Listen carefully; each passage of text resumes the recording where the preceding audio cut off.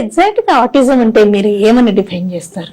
Autism ఒక neuro developmental disorder అన్నట్టు. Okay, ఇది డెవలప్మెంట్ లో అయినప్పుడు ఒక న్యూరోపతిక్ డిజార్డర్ అనుకోవచ్చు.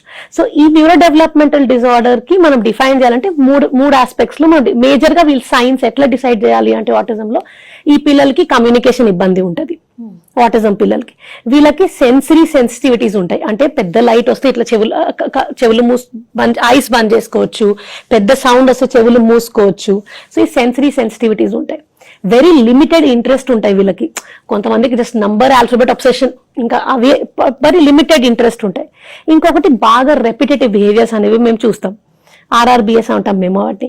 సో ఈ రెపిటేటివ్ బిహేవియర్స్ ఉండేసి ఫ్లాపింగ్ ఉండొచ్చు, జంపింగ్ ఉండొచ్చు, running from one place to another ఉండొచ్చు, స్పిన్నింగ్ అరౌండ్ ఆబ్జెక్ట్ సెల్ఫ్ ఉండొచ్చు, స్పిన్నింగ్ అరౌండ్ ఆబ్జెక్ట్స్ ని స్పిన్ చేసుకుంటూ అబ్జర్వ్ చేయడం ఉండొచ్చు. సో ఇవన్నీ బిహేవియర్స్, ఈ 4 కేటగిరీస్ లో ఏమైనా బిహేవియర్స్ కనిపిస్తే that is autistic feature. And autism is a spectrum. Very mild ఉన్నోడు కూడా సేమ్ స్పెక్ట్రమ్ లో ఉన్నారు కిడ్, వెరీ సివియర్ ఉన్న కిడ్ కూడా సేమ్ స్పెక్ట్రమ్ లో ఉంటాడు kid. So it is like, so parents చాలా సార్లు కన్ఫ్యూజ్ అయిపోతారు. మా కిడ్ మీరు చెప్పినట్టు బాగా అంత హైపర్ లేడు, కొన్ని మాట్లాడతాడు అంటే they think there child is not autistic, which is not true. Even if your child has some features, the child still needs support. The child needs therapy to overcome it and to become better.